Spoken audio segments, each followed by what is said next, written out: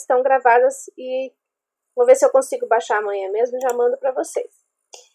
Qualquer dúvida sobre qualquer tema que nós tratamos, que tem lá no material, né, nos materiais que eu estou mandando lá no Classroom para vocês, vocês podem falar comigo que eu vou sanando as dúvidas. Se precisar de uma nova explicação, professora, eu não entendi tal tópico lá da matéria, eu posso mandar áudio, daí, por exemplo, posso mandar o áudio para a Indianara replica para vocês. E a gente vai sobreviver, com certeza, tá, pessoal? Claro que quem assistiu às aulas, né, vai ter aí um pouquinho, alguma coisa a mais, mas assim, nada que gere nenhum prejuízo, porque a gente consegue ir levando. Só não deixem para verificar essas questões muito em cima da prova, porque aí vira aquela correria, né? Mas assim, se vocês forem lembrando de alguma coisa, ficou uma dúvida sobre tal assunto, a gente pode ir conversando sim. A turma de vocês eu atendo para fazer revisão e tudo mais. Né? Porque vocês são muito bons. Muita gente, como diz a minha mãe, muita gente fina, né, filha? Falei, muita gente fina. A Natália Pascoal tá sem internet.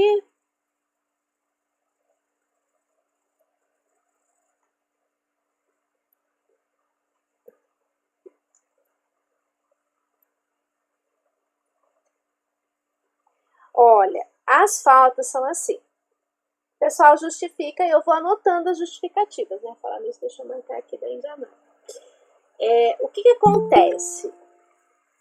O aluno não vai ser reprovado pela falta. Se de repente a quantidade de faltas, por exemplo, que um aluno tiver, deixa eu só marcar aqui, depois eu passo ali. Por exemplo, o caso aqui, ó, a Indianara tá com problema lá com a conexão dela. Hoje é dia 12, né? Se a Indianara ficar no ápice lá para reprovar por faltas, é óbvio que eu não vou reprovar a Indianara, porque havia uma justificativa, duas justificativas, entenderam? O duro, assim, aquele aluno que não assiste nenhuma aula ou uma porcentagem, um índice muito alto de faltas, daí não tem como, sabe, pessoal? Mas no mais, a gente vai levando, né? Por isso que é bom avisar, ó, professora. Por isso que é bom a gente ter esses avisos que a gente vai levando, vai controlando, viu, gente? Podem ficar tranquilos. Pessoal, o Giovanni também, espera aí. Ui! O Giovanni. Dia 12 hoje. Então, hoje, pessoal, vamos conversar. Deixa eu ver se eu consegui já colocar para gravar. Hoje nós vamos conversar sobre a medida de segurança. Deixa eu só apresentar aqui para vocês uma janela. E a gente falou um pouquinho sobre medida de segurança na aula passada. Eu vou partir do ponto de requisitos para a aplicação da medida, para a gente já conseguir seguir uma sequência lógica aí de raciocínio, sabe? Então, a gente vai conversar um pouquinho sobre medida de segurança, tomara que a gente consiga fechar esse tema hoje, né? Não é um tema muito extenso e muito complexo. Para que a gente, semana que vem, fale na quinta-feira, se Deus quiser, sobre a extinção da punibilidade, que é um tema super importante também, como eu já contei para os outros alunos que estavam aqui no começo, para a gente depois fazer os exercícios com relação à dosimetria da pena, tá? Pessoal, o que precisa para que uma pessoa tenha aplicado para ela uma medida de segurança? Tá, o que ele tem que ser? O que ele tem que praticar? Um fato típico ilícito. Então, ele tem que praticar um fato típico ilícito igual uma pessoa imputável pratica. A diferença é que o imputável vai ter uma condenação, o inimputável ou o semi-imputável com periculosidade vai ter essa diferença de aplicação de medida de segurança ou de medida de internamento. Tá, o que precisa também? Periculosidade do agente. Então, aqui, gente, na medida de segurança, a gente não trata da culpabilidade, a gente trata da periculosidade. E é preciso também que não tenha acontecido a chamada extinção da punibilidade. A nossa ementa é meio esquisita, porque ela vem falando aqui da extinção, mas a extinção a gente vai ver depois.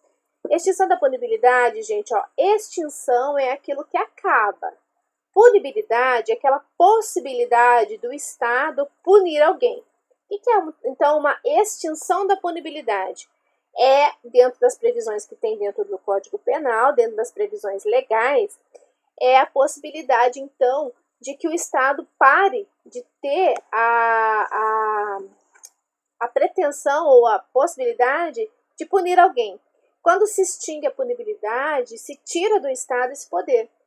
Tá? Então, quais são alguns exemplos? O artigo 107 do Código Penal, quais são alguns exemplos de extinção da punibilidade? Por exemplo, morte do agente. Se o réu morre, o acusado morre, não tem como ter o processo, o Estado perde a possibilidade de punir esse réu. Anistia, graça, indulto, que são alguns institutos que tem também previstos na Constituição e em leis especiais, que também são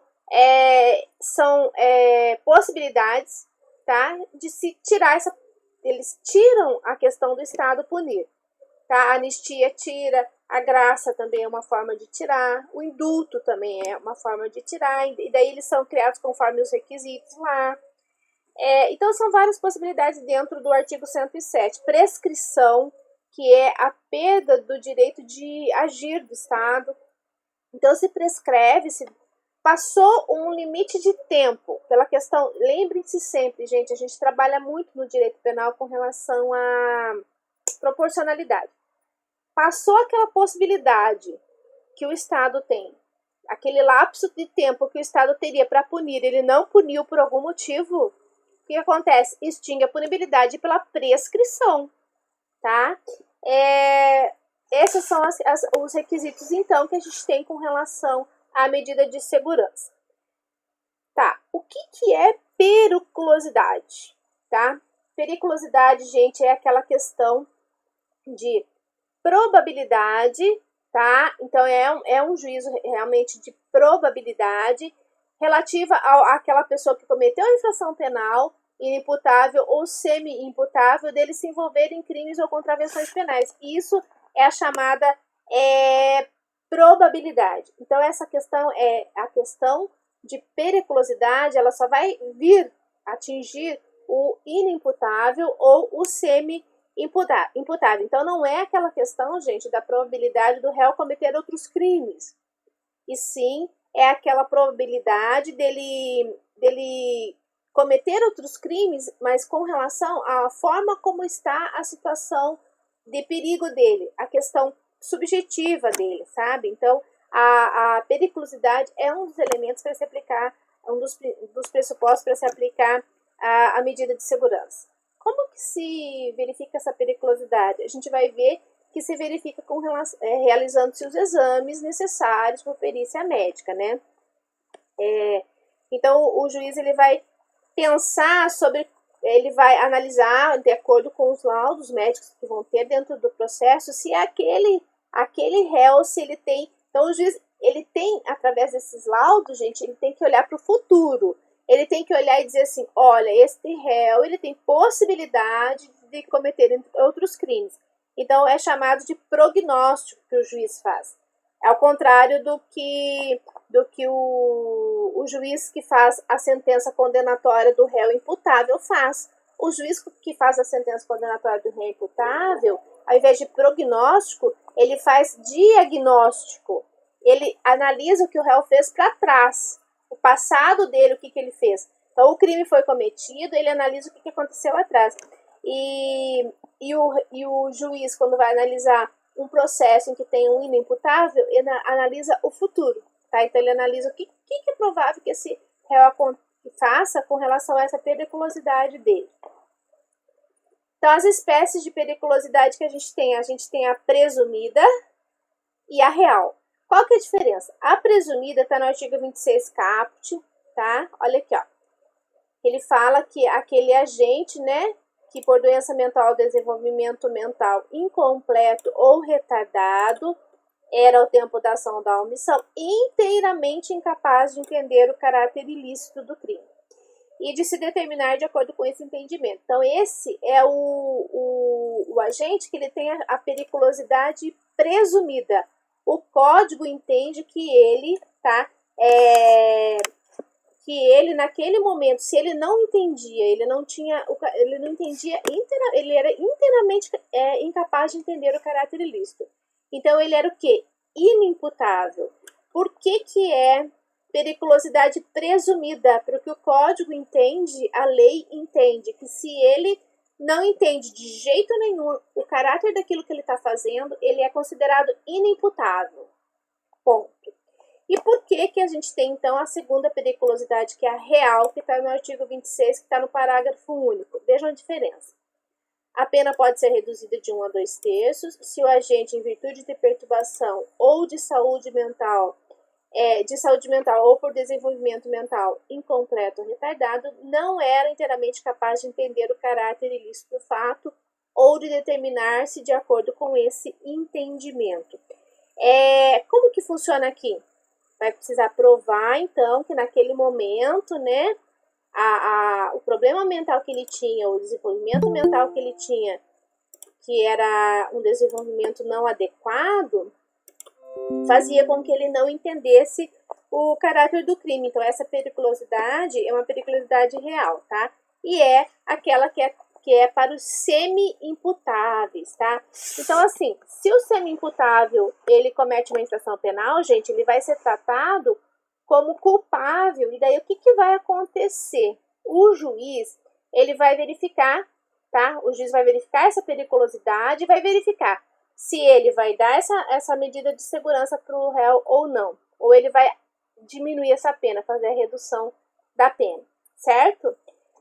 Como que se aplica a medida de segurança? Para o inimputável, que é o do artigo 26 caput aqui, ó, que é o que isenta de pena, o juiz vai dar uma sentença que chama de absolvição imprópria, tá? E aí, nessa sentença de absolvição imprópria, ele vai fazer o quê? Aplicará a medida de segurança se cabível, entendeu? Então, a medida de segurança para o inimputável, ela é aplicada, certo? Conforme o artigo 386 do Código de Processo Penal. Antes disso, eu não sei se eu já contei para vocês qual que é, pessoal, a finalidade ou a natureza do Código de Processo Penal.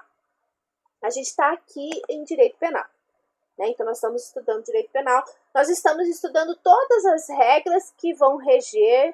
Imagina, Rafa, todas as regras que vão reger o crime, né? Nós sabemos aqui, nós vamos aprender aqui, nós estamos aprendendo a parte geral do Código Penal, depois nós vamos aprender a parte especial, e a gente vai aprender todas as causas que isentam, as causas excludentes da ilicitude, nós vamos aprender crimes. Qual que é a diferença com o Código de Processo Penal? No Código de Processo Penal, pessoal, vocês vão aprender como se processa o réu.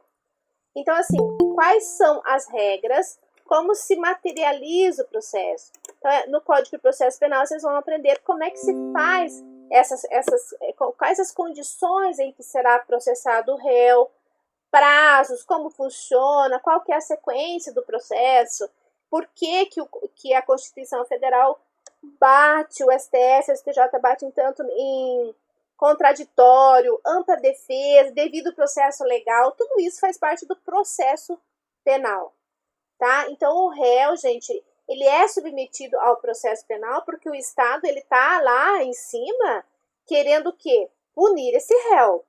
Então, o que o processo penal tem de finalidade, né? Além de trazer todas essas regras, ele vem dizer assim, olha, você, Estado, você vai processar o meu cidadão, o meu réu. Só que o que vai acontecer? Eu vou proteger esse réu no sentido de dar para você regras para você processar. Então, você vai ter que obedecer prazo, tá? Então, vai ter prazo para citar o réu, vai ter prazo para o juiz dar a sentença, vai ter prazo para o promotor oferecer denúncia. Então, esse é o processo penal que vocês vão aprender mais à frente. E aí, do processo penal, tem a regra da absolvição imprópria, que fala da medida de segurança para o inimputável. Tá aqui, já coloquei aqui para vocês. Temos uma súmula do STF também, a 422, que ela fala o seguinte, pessoal. A absolvição criminal não prejudica a medida de segurança quando couber, ainda que importe privação de liberdade. Então, mesmo que seja aquela aplicação da medida de segurança de internamento, tá? A ideia é que não prejudica o réu, porque ela tem aquela finalidade curativa, né? A medida de segurança, certo?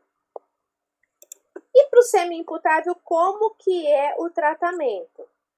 Sentença condenatória, tá? Artigo 26, parágrafo único. Então, o réu ele é responsável por um crime ou uma contravenção. O que vai ser dado para ele se ele for semi-imputável?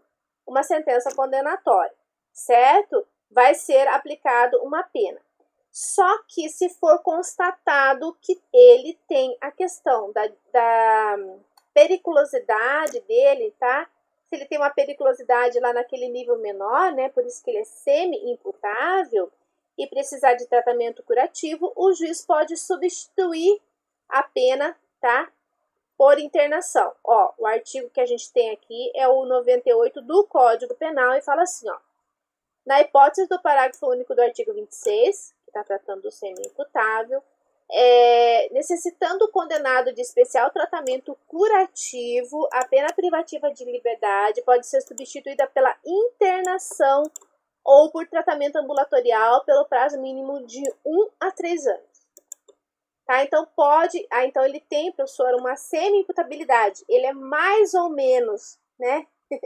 Ele tem um entendimento mais ou menos do caráter do crime, professora. Daí ele vai ter ou uma pena, ou ele vai ter um tratamento. Isso mesmo, tá? Isso de acordo com a periculosidade dele. O juiz vai ter que analisar isso lá no caso concreto, vai ter que verificar laudos, essas coisas, para ele decidir o que é melhor para o réu na situação que for apresentada para ele. Pessoal, nós temos também, de acordo com o artigo 96 do Código Penal, as espécies de medida de segurança. Então, a gente tem a detentiva, que é a de internação, né?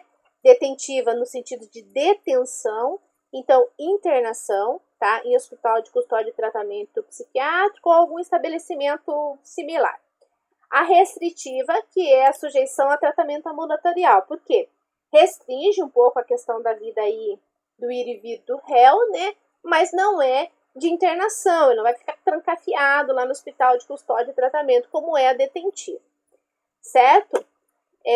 Como que o juiz vai escolher a medida de segurança? Como é que ele faz? Ah, vou dar para esse réu aqui um internamento, vou dar para esse réu aqui um tratamento. Tá. Se o réu for inimputável, o juiz tem que determinar internação. Agora, se o fato previsto como crime for punível com detenção, o juiz pode submeter esse réu ao tratamento ambulatorial. Professora, então, o que vai dizer, o que o juiz vai fazer? O juiz vai verificar qual é a pena aplicável ao crime que o réu cometeu. Então, assim, se lá no crime que o réu cometeu, tá? Digamos que tenha sido homicídio. No crime de homicídio, quando tem lá o preceito secundário do crime, que é a questão da pena, vai estar falando lá, acho que é 8 a 20, se eu não estou enganada, do caput, de reclusão. Então, se nós temos reclusão, o juiz vai ter que verificar o que é melhor. Só que na reclusão, o que vai acontecer? E ele for inimputável, o juiz vai ter que internar.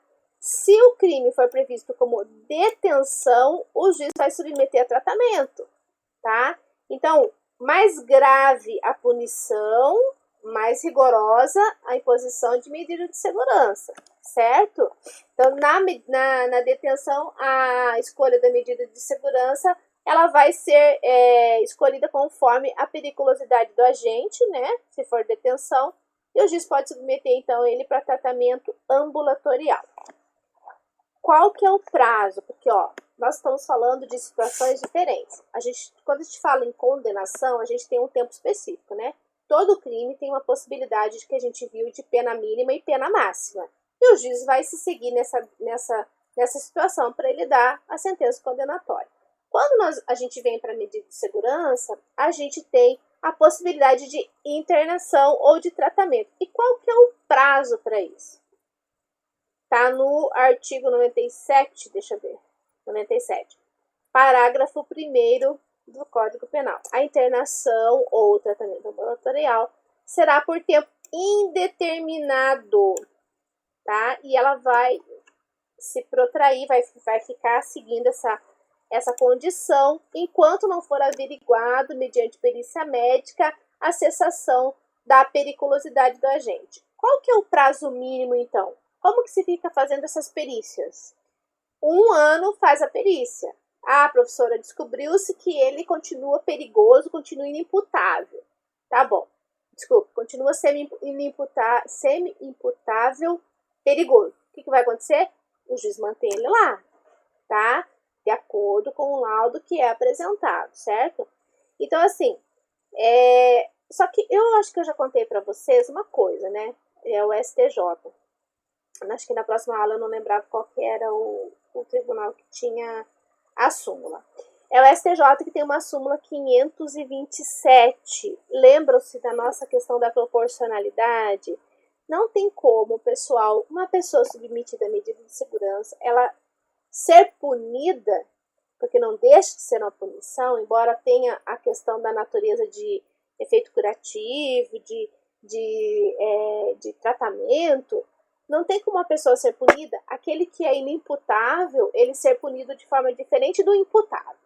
Se eu tenho aqui uma previsão de um crime, que tudo configurado nos autos, né? Se eu tenho aqui uma previsão de um crime que a pena máxima é de 5 anos, depois que se faz todos os cálculos lá para a condenação, e eu tenho aqui um inimputável que a pena seria de 5 anos, não tem como uma medida de segurança ela ficar perdurando por mais tempo.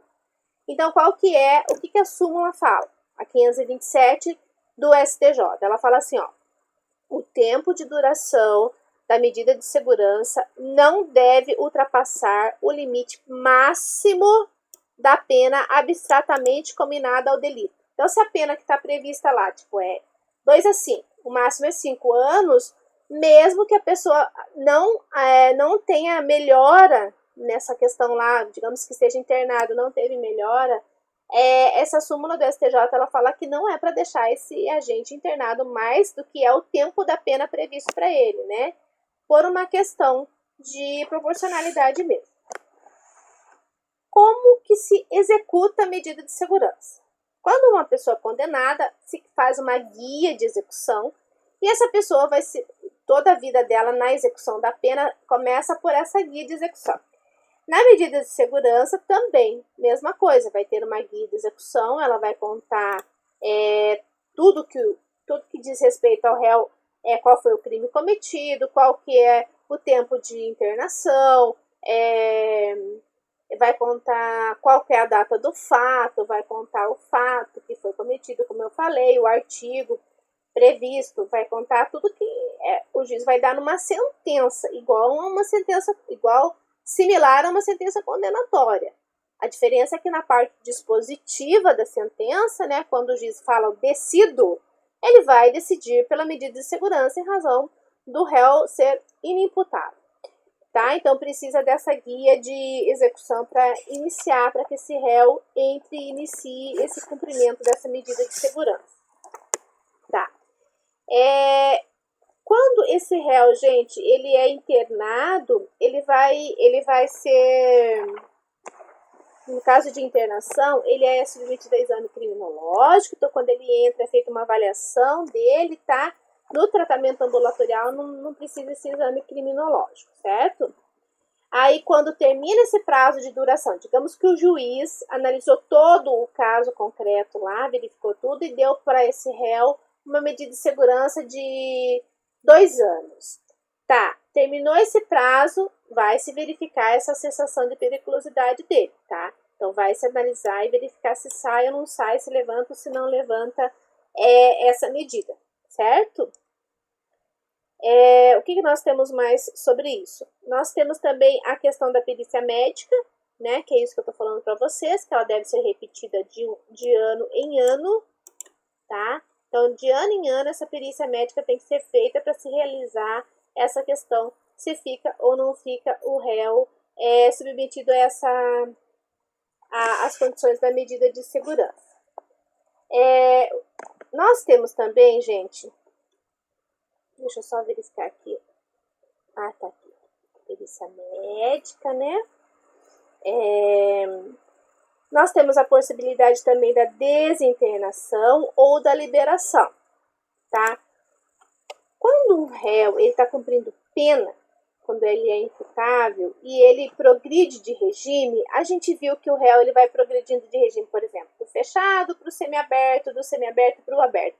Toda vez que isso acontece, são impostas condições para que o réu continue cumprindo a pena. Então, não é que quando ele progride por exemplo, do regime semiaberto para o aberto, ele está solto e não precisa fazer mais nada. Ele vai ser submetido a condições. E quando tem a desinternação ou a liberação, o que acontece? Também, tá? O réu também vai ter que ser submetido a algumas condições. Então, o juiz impõe condições para ele também. Por exemplo, quando o réu progride para o regime aberto, uma das condições mais comuns é que ele compareça uma vez por mês ao fórum. Quando tem desinternação, é possível também colocar essa condição para ele, para que ele vá uma vez por mês ao fórum, lá dar satisfação lá para o cartório. Dentro dessas condições que eu estou falando para vocês que existe a questão dele comprovar, por exemplo, que ele está trabalhando, né? Quer dizer, a ocupação lícita, a questão dele comprovar, dele não mudar de residência sem ele vir informar onde ele vai morar. Então, essas são condições que são impostas quando tem a desinternação ou a liberação do agente. Como que se chama a pessoa que está lá, teve a internação por medida de segurança, é inimputável, ficou lá internadinho, aí o juiz levantou essa medida, falou, não, agora está tudo certo, ele tem condições de voltar. Como que se chama essa pessoa? Que nome que a legislação dá para ele? É dado o nome de egresso, que é aquele que é o internado, né? Ou submetido a tratamento ambulatorial, que foi liberado pelo período de 1 ano a contar da saída do estabelecimento. Então, ele sai hoje do estabelecimento. Por exemplo, estava internado lá no complexo médico penal. O nome que é dado a ele deixa de ser um beneficiado lá da medida de segurança, ele deixa de ser uma pessoa que a gente chama de beneficiado, e ele entra para o nome de egresso. Ele vai ser egresso. Durante 1 ano, a legislação chama ele de egresso, então é aquela pessoa que saiu da medida de segurança, tá? A contar da saída do estabelecimento durante 1 ano é chamado de egresso, tá? Pessoal, nós temos a medida de segurança de 2 formas, a provisória e a preventiva. Como que seria uma medida de segurança provisória? Também voltando, pessoal, lá no Código de Processo Penal, que é o código de como se processam as questões, todas elas, a respeito das situações do réu e dos processos. No artigo 319 do Código de Processo Penal, tem uma previsão de medida cautelar.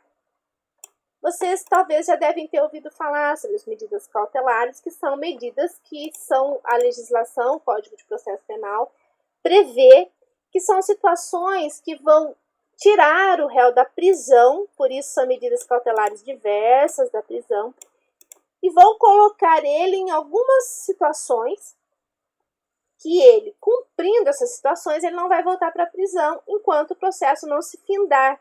Então, essas são medidas que vêm antes de terminar o processo, quando o réu comete o delito, e o juiz pode soltar esse réu e aplicar essas medidas cautelares. Então, é uma substituição. Ao invés do réu ficar preso hoje, são aplicadas medidas cautelares. Dentre essas medidas cautelares, está no artigo 319, tá vendo que eu estou no inciso 7º? Então, a gente tem várias medidas lá anteriores. Dentre essas medidas cautelares, a gente tem a possibilidade de internação provisória do acusado. Como que funciona? Nos crimes praticados, requisitos, com violência ou grave ameaça, precisa o que mais? Que os peritos concluam que esse réu é inimputável ou semi-imputável. E terceiro requisito, que tenha risco de reiteração, tá? Em razão do fato, por exemplo, dele ser inimputável. Tá? Ah, mas ele vai cometer crime de novo porque ele é inimputável. Então o juiz fala, então, vou aplicar uma medida cautelar, vou internar provisoriamente esse réu. Tem que ter todos os elementos lá dentro do processo que digam que essa medida é a adequada para a situação, viu, gente? Lembrando da questão do caso concreto, tá? Então, essa é uma medida de segurança provisória, tá? Provisória ou preventiva. É possível também, pessoal, haver a conversão do tratamento ambulatorial para internação. Lembram-se das progressões de regime? A gente lembra que a gente viu progressão e regressão para os imputáveis. Com relação ao inimputável, ao sem imputável, é possível o quê? Ao inimputável, nesse caso. Pegar aquela pessoa que está lá no tratamento ambulatorial, tá? E ela ficou muito, aspas, muito ruim, né? O juiz pode determinar a internação do agente, né? Tá? Se for necessário, se ficar demonstrado pela perícia, olha, não tem como, vai ter que internar. Então, desculpe, gente, então ele tem uma semi-imputabilidade, ele se torna inimputável, ou a periculosidade dele aumenta. O que acontece? O juiz pode converter esse tratamento em internação. Então, o tratamento, ele é, vamos dizer, seu grau menor, menos grave, a internação é maior. É possível, do menor para o maior, é possível converter.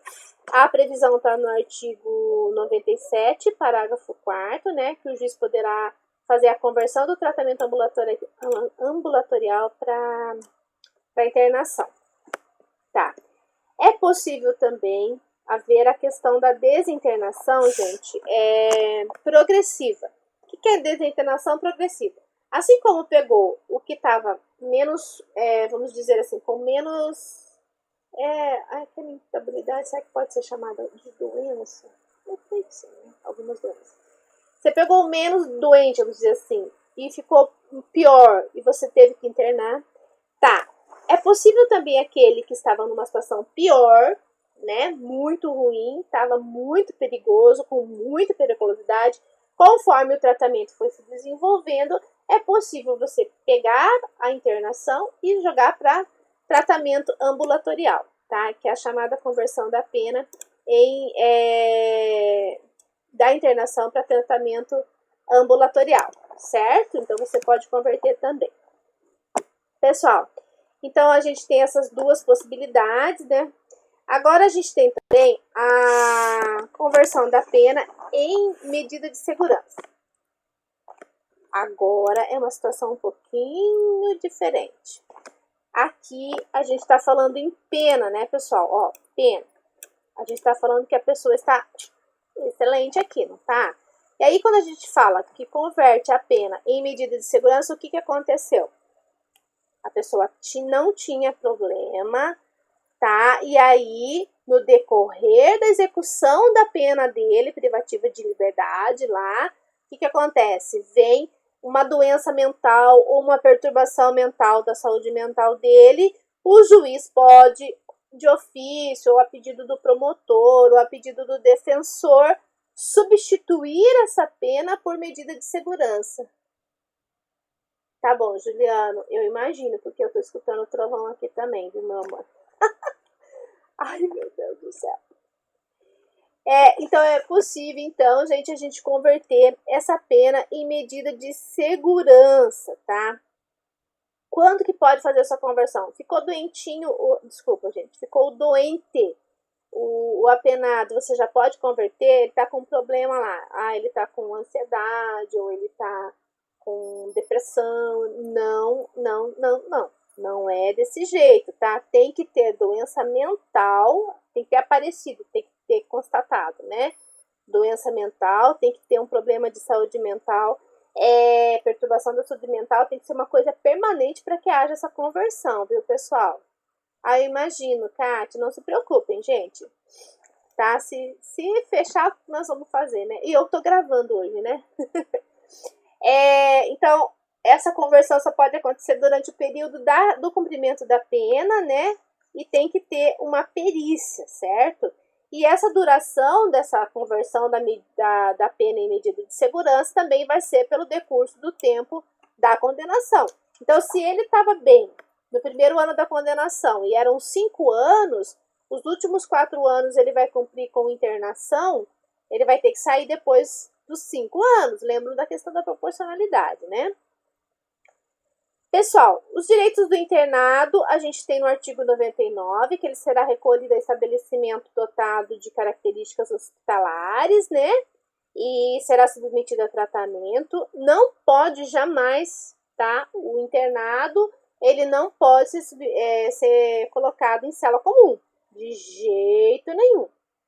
Na lei de drogas, pessoal, a gente tem previsão específica, artigo 45 e 47, lei de drogas essa daqui, 11343 de 2006. A gente tem a previsão específica do artigo 45, tá? E 47, que fala como vai funcionar essa aplicação de medidas de segurança para os crimes cometidos sobre o manto da lei de drogas, tá? Tem medida de segurança também para os crimes cometidos com relação a tráfico, o uso não é lei de drogas. Deixa eu ver. É lei de drogas também. A tráfico ou a qualquer tipo de crime que tenha dentro da lei de drogas, tá? É possível medida de segurança também, certo? Então a pessoa será submetida a tratamento, o juiz pode colocar lá que ela seja submetida a tratamento. Com relação ao adolescente infrator, gente, adolescente infrator, Estatuto da Criança e do Adolescente, Lei 8.069/90, tá? A gente sabe que com relação ao adolescente infrator, o nome não é medida de segurança, vai ser medida socioeducativa, tá? É cumprida em local exclusivo de adolescentes. Tá? Então, não pode ser do abrigo. O adolescente que tem algum problema mental, ele não pode ser colocado no mesmo abrigo em que estão os outros adolescentes infratores. Tá? Tem que ter separação com relação à idade, com relação à gravidade do crime, com relação à estatura física, compreensão física desse adolescente. Como que funciona, pessoal? Assim, lá, se ele ficar internado, tem que ter atividades pedagógicas. Como que funciona a liberação desse adolescente? Professor, ele pode ficar, por exemplo, ele cometeu o crime, ele tinha 17 anos. Ele pode ficar quando passar a idade dele? Liberação compulsória? Ele pode ficar internado por 4 anos? Não, gente. Tem uma chamada liberação compulsória, que está prevista lá no Estatuto da Criança e do Adolescente, e ela fala da questão dos 21 anos. Então, gente, adolescente, ato infracional, completou 21 anos, ele é liberado. Seja ele inimputável, seja ele imputável. Completou a idade, tá? A medida é liberada, tá? Seja ela de internação ou de tratamento ambulatorial, a medida é simplesmente levantada e ele não vai ficar mais internado, não vai ficar mais sendo submetido a tratamento. Ok? Deixa eu só ver quem que tá aqui, pessoal, pra gente... Eu anotei aqui que é a Indianara e Giovanni, né? Vamos ver quem que tá aqui pra gente não perder o nosso... Ai, meu Deus. A gente tá com o Anderson, a Nath, prof. Ai, tô bem caduca, Indianara. Tá vendo bem? Eu fui colocar... eu fui colocar aqui a Nath, eu coloquei o teu nome. Então, aqui tá a Indianara, o José Júnior, o Whindersson, a Júlia, o Juliano, a Kátia, a Laís, o Levi, o Leonardo que eu já falei, a Natália Lopes, a Rafa, a Suelen. Cadê a Fernandinha? Ah, a Fernanda tá aqui também. Aqui, muito bem, pessoal, ó. Tá fechada a nossa chamada, tá? Ai, graças a Deus que a gente conseguiu falar sobre a medida de segurança. Na próxima aula, gente, quinta-feira que vem, a gente vai falar sobre... Por favor, tá, gente? Se vocês tiverem algum compromisso na sexta-feira, desmarque para vocês virem para nossa palestra. Vai ser muito boa, tá? Quem não tá aqui, por favor, vocês vão avisando, tá bom? Ah, tá certo, Juliana, já vi. Daí, na próxima aula, a gente vai falar sobre o que é punibilidade e quais são as causas que excluem a punibilidade. Isso é muito importante também, viu, gente? É importante porque se você pega um processo em que tem uma dessas causas de exclusão da punibilidade, né? E o cliente te contratou, você fala, opa, né? Olha que belezinha, que fácil, né? Vou solicitar essa extinção da punibilidade, essa exclusão da punibilidade e meu cliente não vai responder o processo. É fácil entre aspas, né? A petição vai ser mais fácil de ser elaborada, não é tão fácil assim na prática. É preciso que haja previsão legal para isso e nós vamos ver na próxima aula quais são as previsões das exclusões de punibilidade. Beleza, pessoal? Então, ó, hoje a gente tem uma aula bem antes. Eu quero saber se vocês têm alguma pergunta. Deixa eu só fechar aqui que